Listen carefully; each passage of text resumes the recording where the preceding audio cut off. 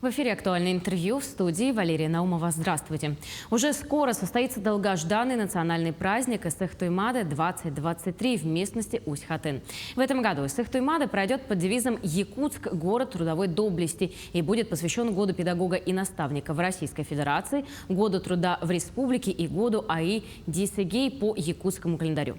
Гостья в нашей студии Василина Кривошапкина, заведующая Центром проектов управления культуры и духовного развития окружной администрации города Якутска. Василина Васильевна, здравствуйте. Здравствуйте. Давайте поговорим в самом начале о программе проведения мероприятия. Что подготовили организаторы в этом году и какие новшества ожидать горожанам и гостям в столице? В этом году мы подготовили 110 программ на 19 культурно-спортивных площадках, в том числе 19 обрядовых, ритуальных будет у нас действий, 9 конкурсных, и помимо этого пройдут и концертные программы на всех наших площадках. Ну, из новшества я бы хотела отметить, что впервые пройдет конкурс, посвященный божеству лошади, Күндүхүгө, среди улусов, землячеств нашей республики. На сегодняшний день уже поступило 9 заявок, но мы еще ждем. С учетом того, что во многих улусах до сих пор еще проходят и пройдут до нашего праздника исэхи свои локальные, поэтому надеемся, что участников у нас прибавится. Но главная задача этого конкурса – представить лошадь на своем тюгельге в полном праздничном якутском конском убранстве. Это должны быть чепраки, уздечки, стремена, все, что как полагается. И главный приз очень хороший уже определен. 150 тысяч рублей за первое место победителям, за второе место 100 тысяч, за третье 50 тысяч. То есть есть за что побороться. Ну, также среди новых наших конкурсных программ хотелось бы отметить оформление тюгельга землячеств, организации предприятий.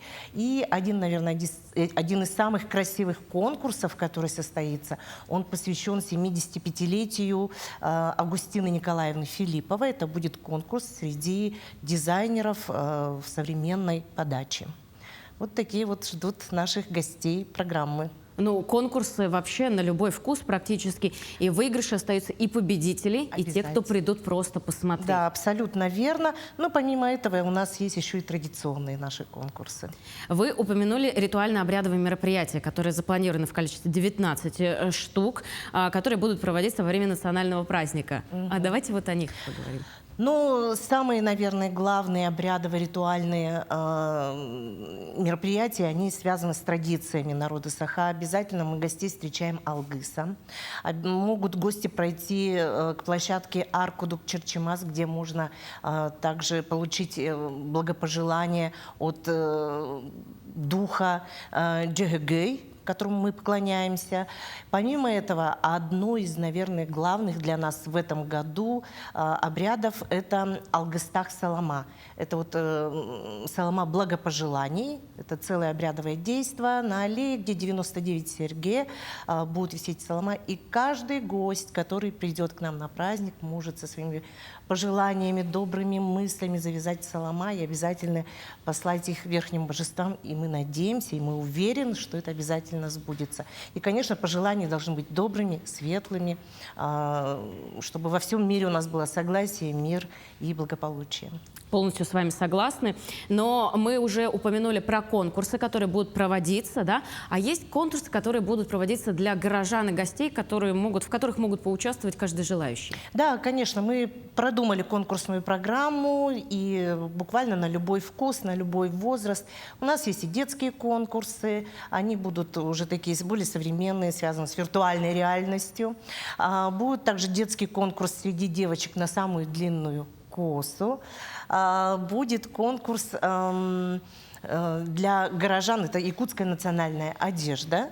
Заявки уже вовсю принимаются, желающих очень много, потому что этот конкурс может быть и семейным, и можно отдельными группами участвовать, можно самостоятельно. Вот. Ну и традиционные наши конкурсы, которые просто самые зрелищные, которые любят наши горожане, это игры Дыгына, спортивные состязания, и конные скачки на призы главы республики Саха-Якутия и на призы главы города Якутска. насыщенная программа. Ну а что насчет конкурсов «Запевал Асохая», «Хамусистов» и «Аланхасутов»? Сколько заявок уже подали? Да, это, конечно, наши традиционные конкурсы. Здесь абсолютно ничего не меняется, ни площадка, ни время. Да, заявки поступают, и, как я уже говорила, их еще прибавится до 23 числа. Вот. И мы надеемся, что эти конкурсы вообще являются самыми интересными, яркими, творческими. Все знают, что «Запевала Асохая» 2 суток безостановочно в своей конкурсной программе все участники вот просто в живом исполнении всегда этот конкурс проходит. Среди оланхосутов и вообще фольклорного жанра, что касается, у нас даже будут участники из-за пределов республики, что нам очень приятно, потому что это повышает статус, расширяет географию наших конкурсов. А можем ли мы рассказать об этом чуть подробнее, что это за... Ну, их немного, но у нас будут представители из Тывы, из Калмыкии и Бурятии. Широкий праздник, да. Но а что насчет фестиваля национальных блюд?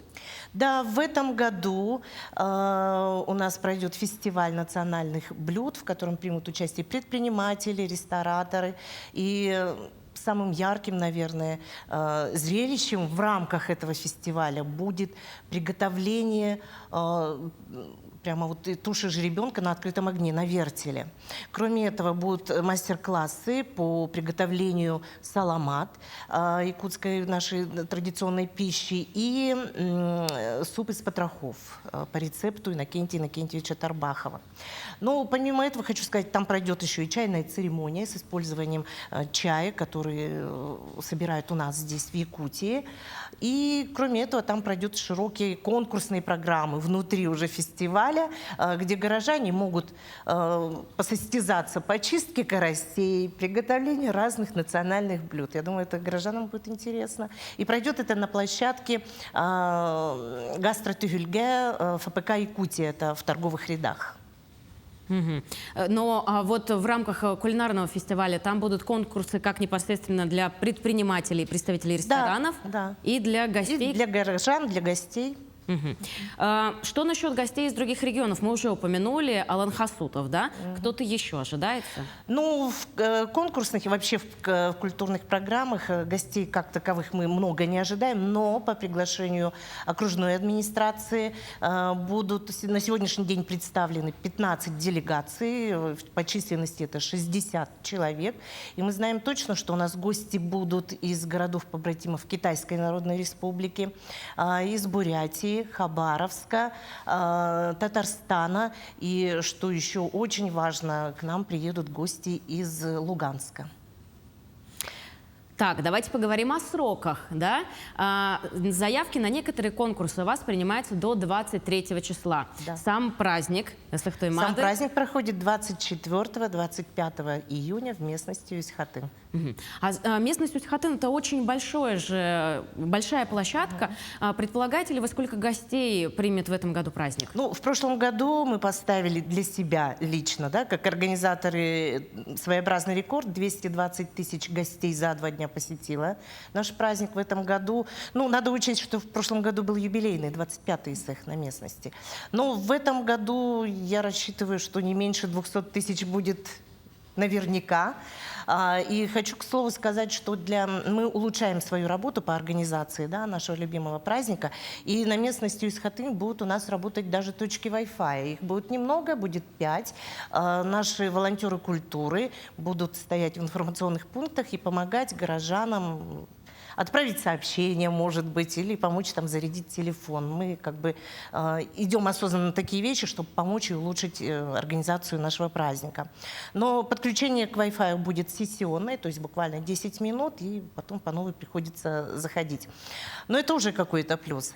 Кроме этого, хочу сказать, что у нас на ИСЭХе будет работать приложение 2GIS.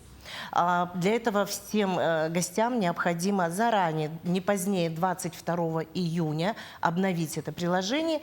И на местности прекрасно они смогут найти тюфельги организации предприятий, торговые точки прямо с адресами. Достаточно ввести, и буквально по навигатору могут быстро на местности сориентироваться. Ну и кроме этого тоже наши волонтеры будут помогать им на местности. Притом даже стоит отметить, что в Тугис карта будет прогружаться даже без подключения к Да, интернету. абсолютно интернет не нужен, главное вовремя обновить. Вы упомянули волонтеров. Как давно вы начали набирать команду, которая состоит из волонтеров? Какие требования к ним были? И, возможно, у вас еще идет набор? Ну, набор у нас уже завершен. В основном это из числа студентов и работников сферы культуры набрана команда. Их будет не больше 30 человек, но они по графику будут работать, все условия для них будут созданы. Они будут стоять в информационных пунктах, где у них будет карта, вода. Если необходимо помочь нашим горожанам, они могут всегда к ним обратиться.